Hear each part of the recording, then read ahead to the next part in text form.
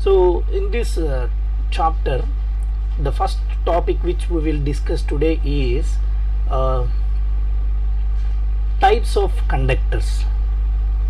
Types of conductors. Right. So the topic which we discuss today is the types of conductors. Now what is a conductor basically? First we need to understand the meaning of a conductor. I think you all are familiar with the meaning of a conductor. A conductor is just a part of an electric circuit or electric system. It is a part of electric system or an electric circuit which allows the current through it, right? So it is a part of electric system which allows the current through it. So a conductor is basically a part of electric system or electric circuit which allows the current through it.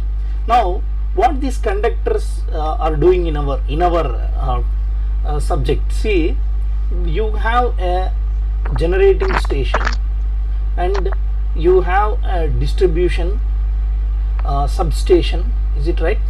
And you have load center where we are using or where we are consuming the electric power. So conductors form the link between generators, substations and load centers. In order to transfer the power from generator to substation as well as from substations to the load center, we need conductors, or we call here these conductors as transmission lines. Here we call these conductors as transmission lines. Now we got what is meant by a conductor and what is the purpose of a conductor in our power system, right? So conductor is basically a part of electric system which allows the current through it, and these conductors, which are also called as transmission lines, forms a link between generators, substations and load centers, because we need to transfer the power. So the conductors are the one which transfers the power, which is used to transfer the power from one stage to another stage. So this is about the meaning of conductors and purpose of conductors, the use of conductors. Now what are different types of conductors? So basically the conductors are divided like this. So the conductors are divided like this. First of all, based upon the material used to manufacture the conductors. Okay, so based upon the factor material used to make the conductors, to make them, based upon the factor, that is material used to make them, we can divide the conductors into two types. One is we have basically copper conductors as well as aluminum conductors. Copper conductors and aluminum conductors. See, the major properties or the major advantages of copper allowed us to use this as a conductor for transmission lines. Because of this reason, the reasons are, one is high conductivity. If you see the conducting properties of different metals, copper is second. Copper has the conductivity which is at the second place. First place is silver, right? So the best conductor is silver, but it is not possible to use silver as a conductor in a transmission line because of its cost. So we are not using silver. After then we have copper. So copper has very high conductivity, and also another property is ductility. Ductility is nothing but a property of a metal which can change its shape, means change in shape without any deformation. If any metal can change its shape without any deformation, we can call it as a ductile metal or ductile material. So as we want to make conductors with the help of this metal, we need to change its shape. Is it right? In order to make any metal into a conductor, we need to change its shape. When changing its shape, if the metal goes deformation or if the metal breaks, then there is no use with that metal. So that is the reason why we can say that copper has good, very high conductivity, as well as it is a ductile material. Because of these two properties, the usage of copper is continued from 18th century to 19th century. Because of the best properties of high conductivity, ductility, in addition to that, it also have good mechanical strength when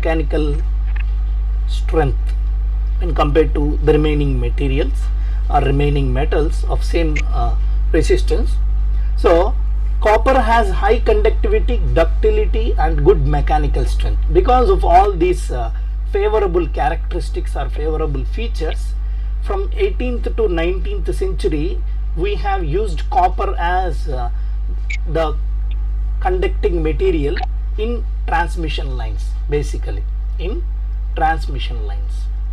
But after 19th century or during the mid 19, like from 1950, right, or 1950 to 1960, during this time, as the copper cost is very high, as the copper cost was very high, we have searched for alternative metal and we got some good features with aluminium.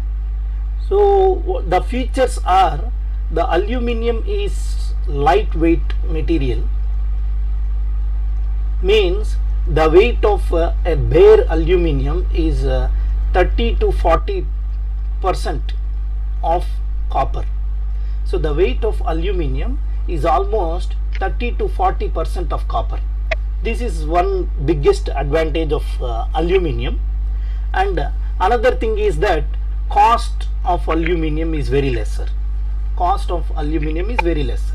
In addition to that, lightweight, low cost or cheaper.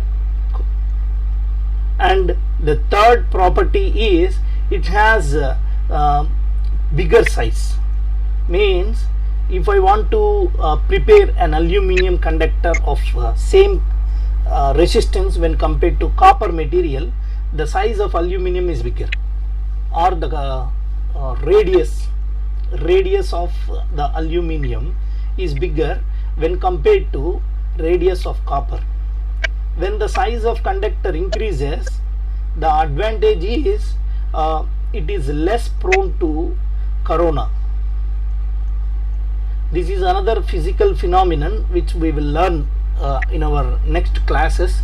But understand, copper is not very much suitable in order to avoid corona, whereas aluminium is very much suitable because of its bigger size or bigger radius. So these are the major three properties, which is lightweight. When the conductor is of lightweight, there are different advantages, like transportation is very easy. Transportation is very easy, right? There is no transportation difficulty, there is no installation difficulty. While you are installing aluminium conductor, if the conductor is having very much weight, the installation will become very difficult, right? So as this aluminium material or aluminium conductor has less weight or light weight, which is 30 to 40% of copper, the transportation difficulty and the installation difficulty got reduced, and the cost, which is a very very important aspect, right? So the cost of aluminium is also very less when compared to copper, and the size of aluminium is very less, which can reduce corona effect. So because of these three advantages, though the copper continued as a conductor for transmission lines in between 18th to 19th century, but in the mid 1950 or 1960 we have switched our usage from copper to aluminum. Now we are not using anywhere the copper conductors.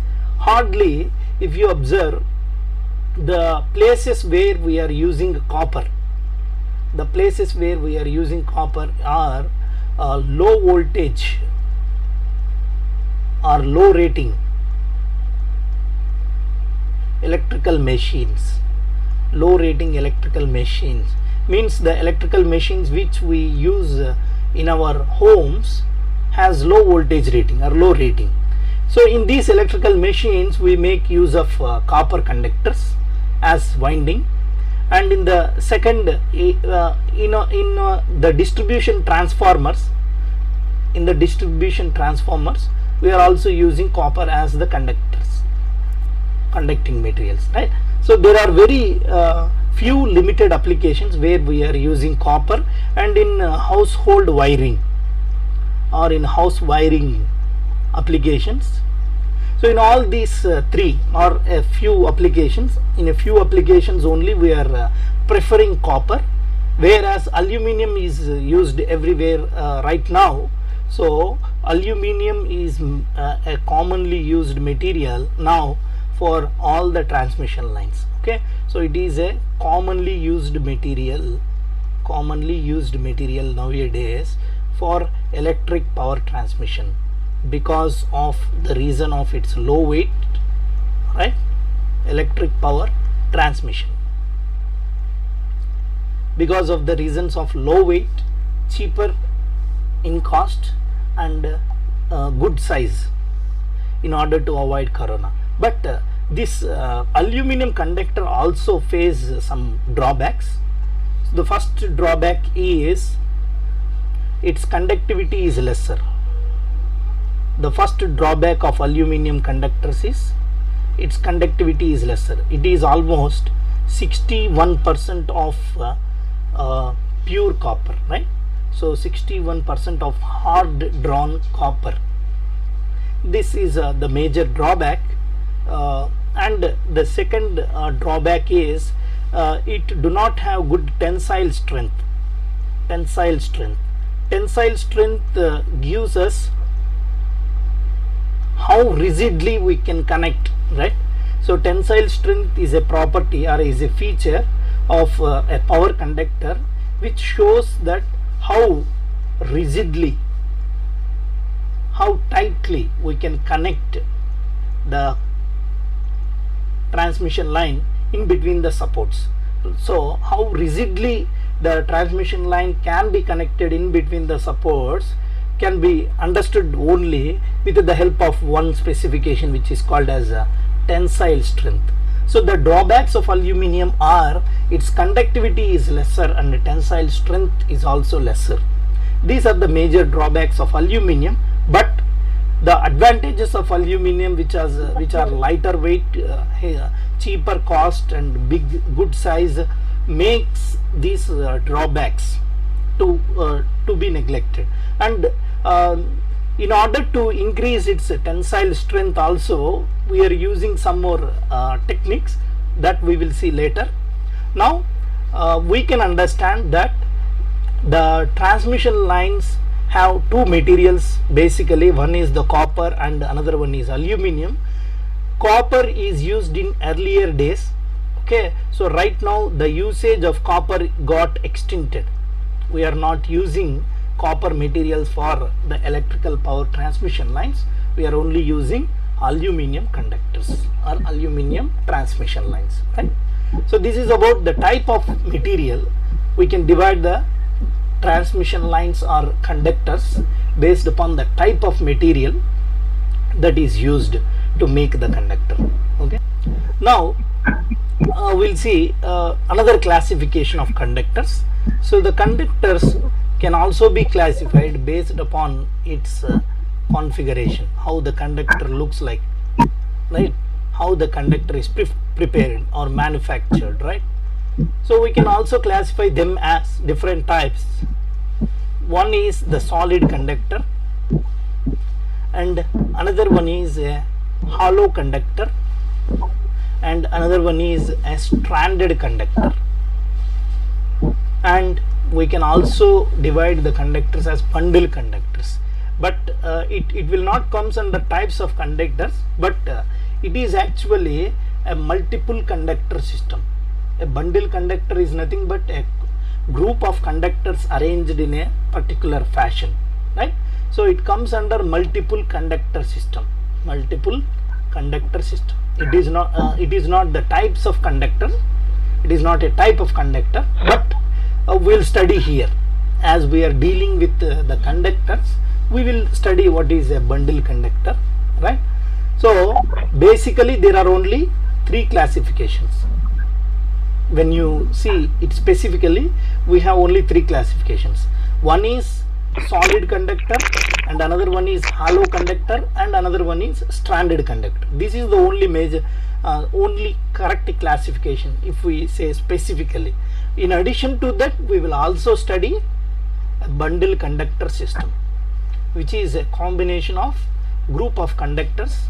For one phase, if we use more than one conductor, we can call it as a bundle conductor system, right? So we'll study this later. First of all, let us see what is a solid conductor. A solid conductor, you can understand, when we have a filled material inside this, we can call it as a solid conductor. So this is a solid conductor. When we have a filled material like this, we can call it as a solid conductor. So one of the feature of a solid conductor is it has filled material. It has filled material. Now if you observe, the usage of solid conductors are very much limited. When you see, we use only in some electronic devices where we have only single strand electronic devices, because it is not possible to bend a solid conductor, right? It is not possible to bend a solid conductor. If you bend a solid conductor, it may break, right? So not possible to bend a solid conductor. That's why it is not actually used in transmission lines right now, because when you see at the distribution stage, at your home, you have the service mains, which are taken from the three-phase supply. So you have R, Y, B and neutral, right? So you have R, Y, B and neutral, and the two lines you will take for your house, one from R or Y or B and another from his N. So here is your home. So we call this as phase and this as neutral. So here we can use solid conductors.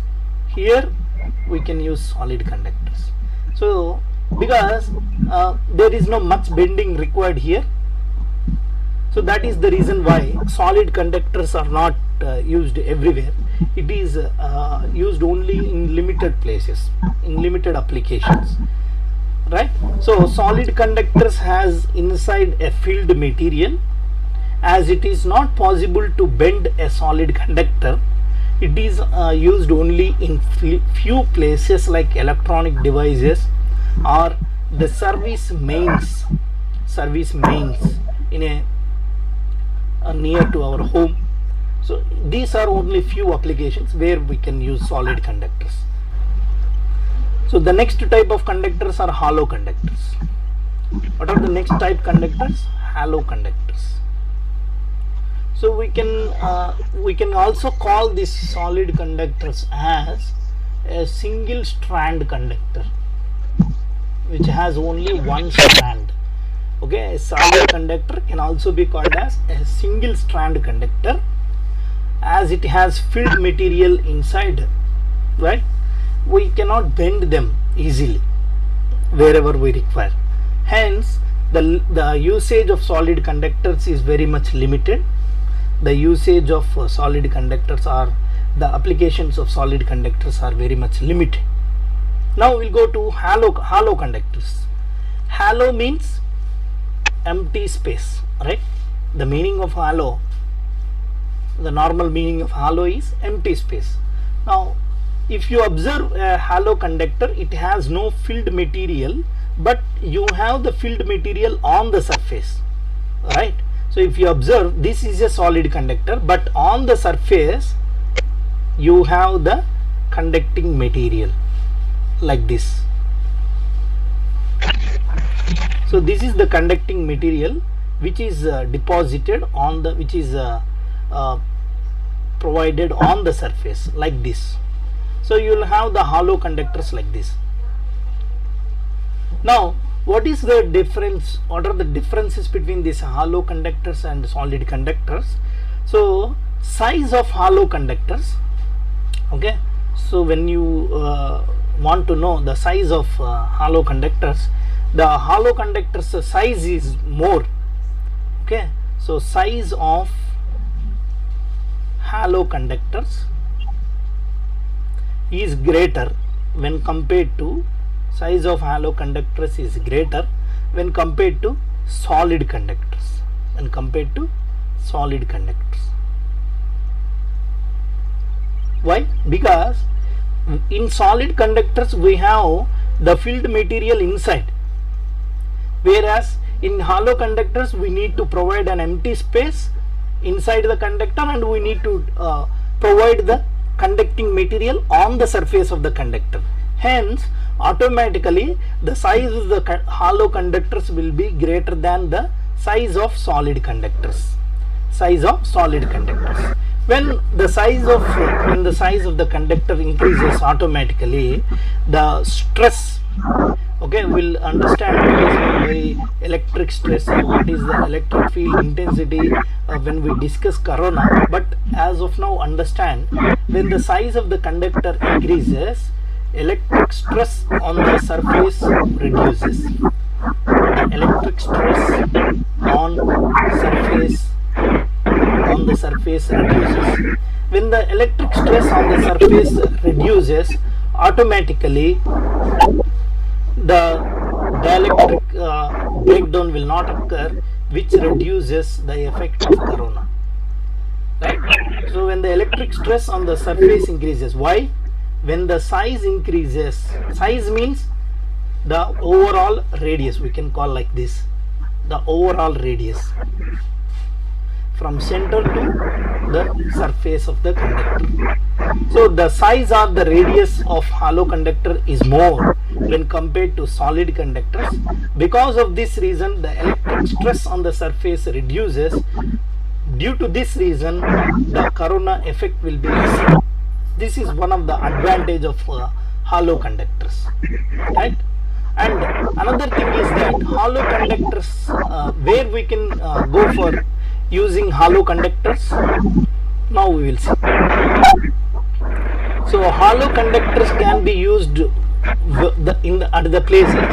Hollow conductors can be used at the places where we require huge amount of current, okay, where we require huge current, like the current in kiloamperes. We can use the hollow conductors there. And as it is also not possible to bend these hollow conductors, these are not used everywhere. As we have limited applications of solid conductors, we also have limited applications of hollow conductors. As we have limited applications of solid conductors, hollow conductors also, they cannot bend, they are not flexible in order to transfer the power from one place to another place, or in order to transfer power for longer distances. It is not flexible with hollow conductors. So there are also limited applications. Hollow conductors also have limited applications. What are those limited applications? The limited applications are where we require huge amount of current, right? So the places where we use hollow conductors are the places where we use hollow conductors are: one is the isolators in a substation, isolators in a substation, and also bus bars in a transmission network, right? So in these two applications we make use of hollow conductors. Let me show this where we use hollow conductors.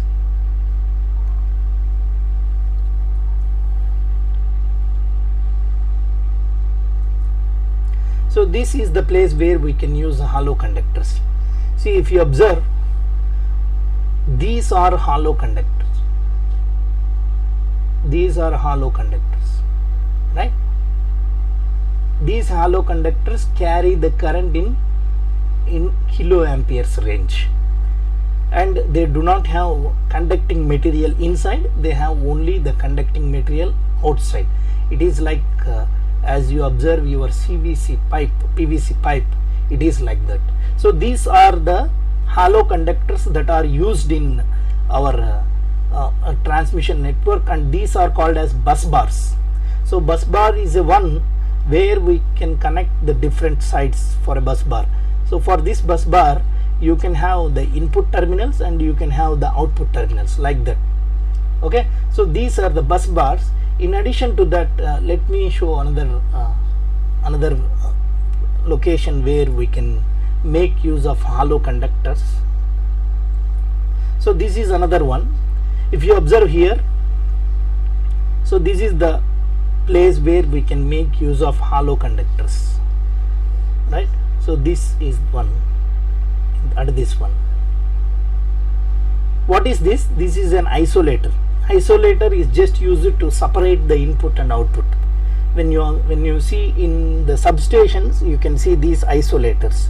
So in the isolators as well as in bus bars of a substation, we can make use of hollow conductors, right?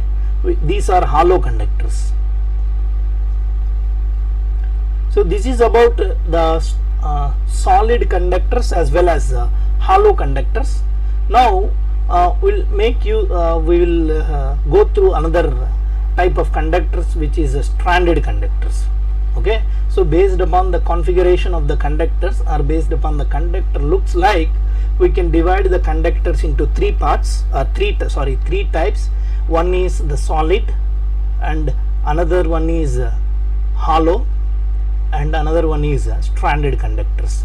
Where we can see these solid conductors? These solid conductors we can observe in some electronic devices where we have only one strand, right?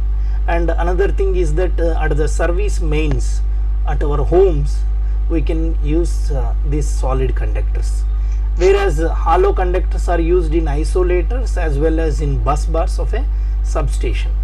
Now we will go for stranded conductors. What is meant by a stranded conductor? All this we will study now. So a stranded conductor is one which is made with different small conductors that are bunched together. Okay, so a stranded conductor is formed by grouping. A stranded conductor is formed by grouping number of small conductors, means the conductors of small cross section. Small conductors means not in terms of length, but we are saying in terms of radius or area of cross-sectional area of conductors. So grouping a number of small conductors, or bunching, when we take small conductors and bunch together, we can form a stranded conductor.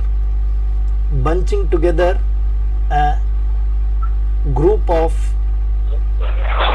small conductors, or we call these small conductors as strands.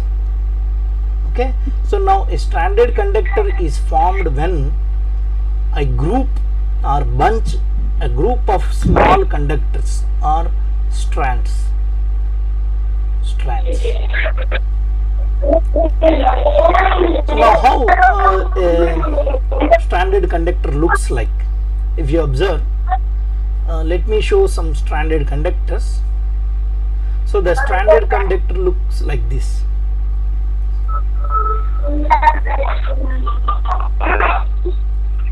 So this is a standard conductor. See, if you observe here, I made the conductor. So I made this stranded conductor with the help of small strands. So this is one strand, this is another strand, this is another strand, this is one, and this is one. So like that we have different strands. So this is one strand, this is another strand, so this is another strand, so this is another strand. Like that I joined number of small conductors and bunched together. Okay, so these are bunched together to form a single conductor. Bunched together to form a single conductor, So this is called as bunched together. When small conductors or strands bunched together to form a single conductor, we call it as a stranded conductor. Now how many types are there in a stranded conductor? Let us see that classification. So the stranded conductors are basically two types. One is the homogeneous stranded conductor, and another one is composite stranded conductor. Homogeneous stranded conductor, and another one is composite stranded conductor. What is meant by homogeneous and what is meant by composite is when we use the same material for each and every strand. When we use the same material for each and every strand, we call it as a homogeneous stranded material. When we use different materials for different strands, right? So different materials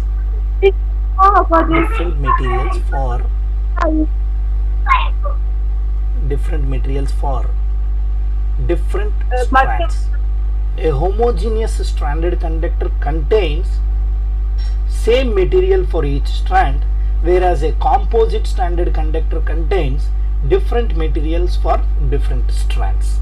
Now we will see what are the different types of homogeneous and what are the different types of composite stranded conductors.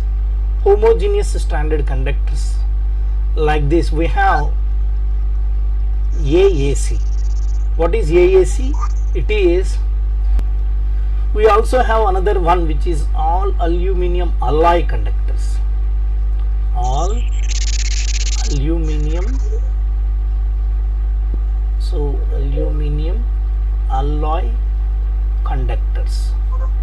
So these two can be called as homogeneous stranded conductors.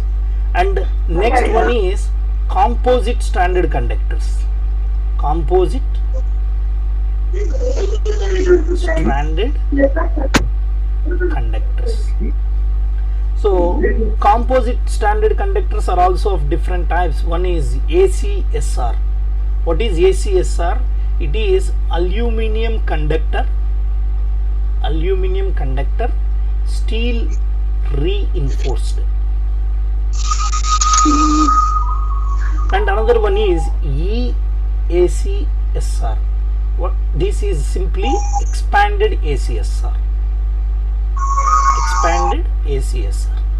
So these are different homogeneous and composite stranded conductors. Now what is AAC? Simply AAC means if all the strands are aluminum,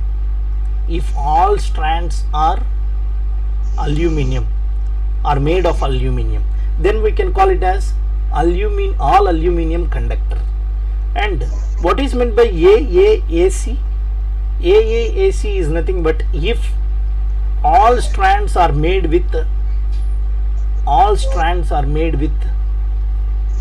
aluminum alloy. If all strands are made with aluminium alloy. Aluminium alloy. We can call it as AAAC, right? So what is meant by aluminium alloy? It is a mixture of aluminium plus magnesium plus silicium.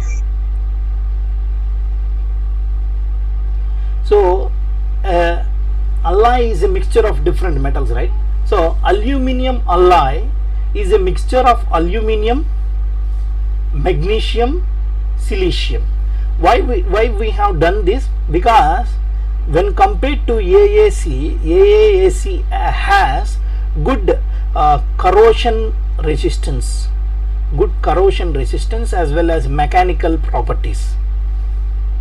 So in order to improve the corrosion properties as well as the mechanical properties or mechanical resistance, we can call like this, mechanical resistance. Mechanical resistance means it must withstand huge mechanical pressures while handling the current carrying conductors from one place to another place, or while transportation, while installation.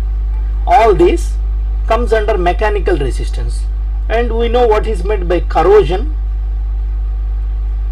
So it must not get degraded, or it should not lose its metal properties after some water got deposited on the material.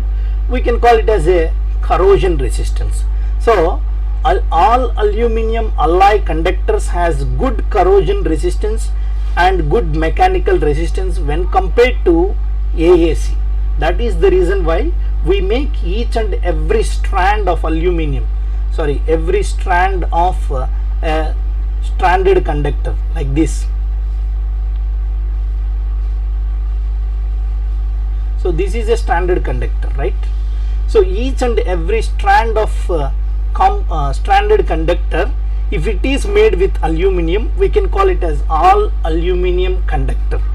If each and every strand of stranded conductor is made with an alloy of three metals, one is aluminium, magnesium and silicium, we can call it as all aluminium alloy conductor, right? So each and every stranded conductor has a separate application, has a separate purpose, right? All aluminium alloy conductor has good conductivity, so it is 61% of copper. All aluminium conductor, stranded conductor, AAC stranded conductor has 61% of conductivity when compared with copper, whereas it has only 58% of conductivity when compared to copper, but it has good corrosion resistance as well as mechanical resistance. So each and every conducting strand have different purpose. When we don't compromise on conductivity, we can go for AAC. When we compromise on conductivity but we don't want to compromise on mechanical as well as corrosion resistance, we can go for AAC. So each and every conductor has separate purpose. So this is about homogeneous types of stranded conductors, which is AAC and AAC. Now we will see composite stranded conductors. So in the composite stranded conductors, the conductor which is used in everywhere, the conductor which is used everywhere is ACSR, which is aluminium conductor, steel reinforced. Aluminium conductor, steel reinforced. So what is meant by this? So these are the two diagrams which gives us how an ACSR looks like, which is aluminium conductor, steel reinforced looks like. See here, outer layers of the stranded conductor. What are the outer layers here? So this is 1, 2. These two are the outer layers. What are the inner layers? So this one and this one. These two are inner layers. So the outer layers of a standard conductors is made with ACS, is made with aluminium, and the inner layers is made with steel. Why we are using steel inside an aluminium conductor or aluminium stranded conductor? Because in order to improve the mechanical strength, in order to improve the mechanical strength of a stranded conductor, in order to improve the mechanical strength of a stranded conductor,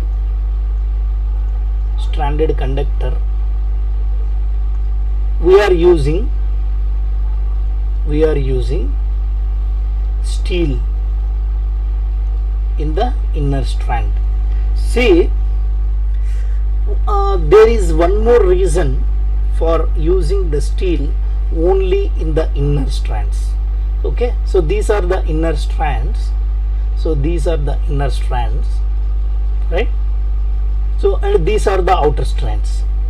We are using the steel strand in the inner strand, inner layers, in order to improve its mechanical strength.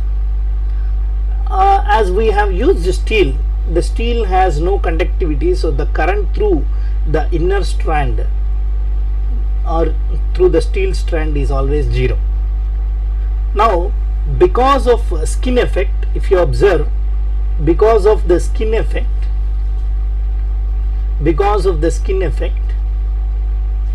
the current is only concentrated on the outer layers.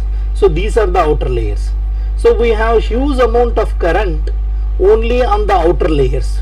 We don't have the current, we have only less amount of current through the inner layers. So because of the skin effect in AC circuits, or when we excite the transmission lines with AC supply, because of the skin effect, through the outer strands the current will be higher, and through the inner strand the current will be very much lesser. So the current through the inner strand automatically is a lesser value, even though you use aluminum or steel, whatever it may be. Why we need to waste the aluminum if it is not carrying any current? Instead of aluminum in the inner strand, if we use a steel material, because though we use aluminum in the inner strand, the current is very lesser, then why we need to waste the aluminum by using it in the inner strand? Instead of that, if we use the steel material, automatically the mechanical strength increases. Okay, so we will understand what is meant by skin effect in our next classes. But remember that because of the skin effect, when the transmission lines are excited with AC supply, the current through the outer layers or outer strand will be more, and the current through the inner strands or inner layers will be lesser. Then why we need to waste the aluminum strands, as they are not carrying any currents? Instead of using the aluminum strands, we are replacing it with a steel strand, which will improve their mechanical strength, right? So aluminum strands carry the current, so conductivity, and steel strands improve the mechanical strength. So we are taking the drawback of skin effect as the advantage by inserting the inner strands with steel, by making the inner strands with steel. If you observe in the diagram which is at the right side, so these are the steel strands. If you see the diagram, you can get that point. So this is a steel strand, so these are steel strand. So this is a two-layer ACSR, because this is one layer and the outer layer is the second layer, so it is a two-layer. Now this is, so this is 1 2 3 4 layer ACSR. Like that we can have different layers based upon the number of strands that we are using, and the number of strands depends upon the conducting capacity, conducting range, right? So this is about ACSR. Why the name arises like this? It is basically a aluminum conductor, but in the inner layers or in the inner strands the steel is reinforced. Hence this type of conductors are called as ACSR conductors, which are the most commonly used conductors in electric power transmission. And how the strands are provided, we can observe this with the help of another diagram or another image. Okay, let me see the diagram.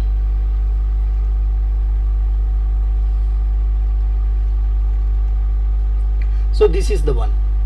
If you observe here, what we are doing is one layer is twisted in this direction, and another layer means the next layer is twisted in opposite direction, and the alternate layer is twisted in the same direction, and this is in this direction, this is in this direction, and this is in this direction. See, what we are doing is we are twisting the alternate layers in the same direction. These two are the alternate layers, and these two are another two alternate layers, right? So we are twisting the alternate layers in the same direction in order to avoid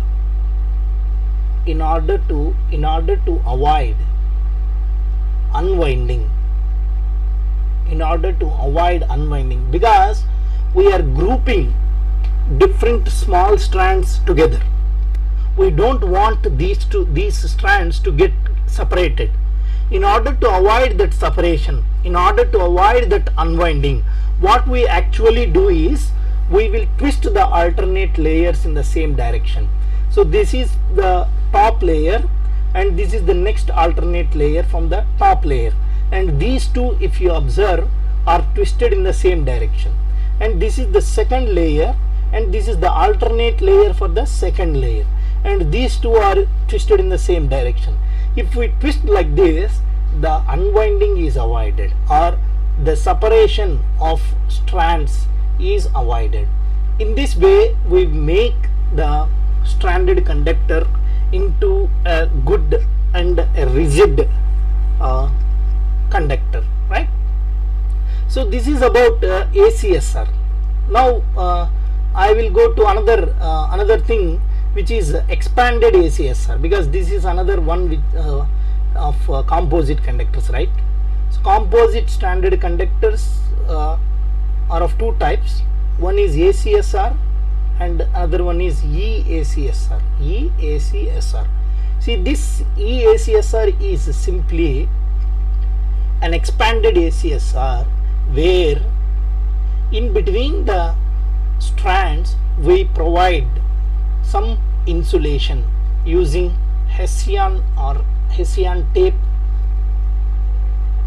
or jute, whatever it may be. So these are the different insulating materials, or paper.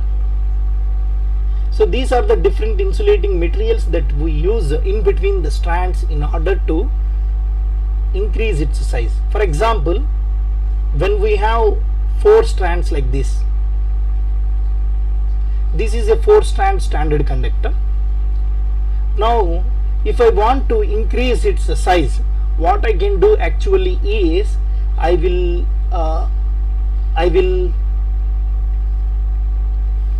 provide some insulation in between the strands, right, like this.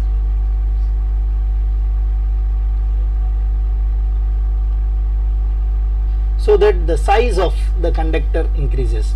So this is a 4-strand ACSR, but this is also a 4-strand ACSR, right?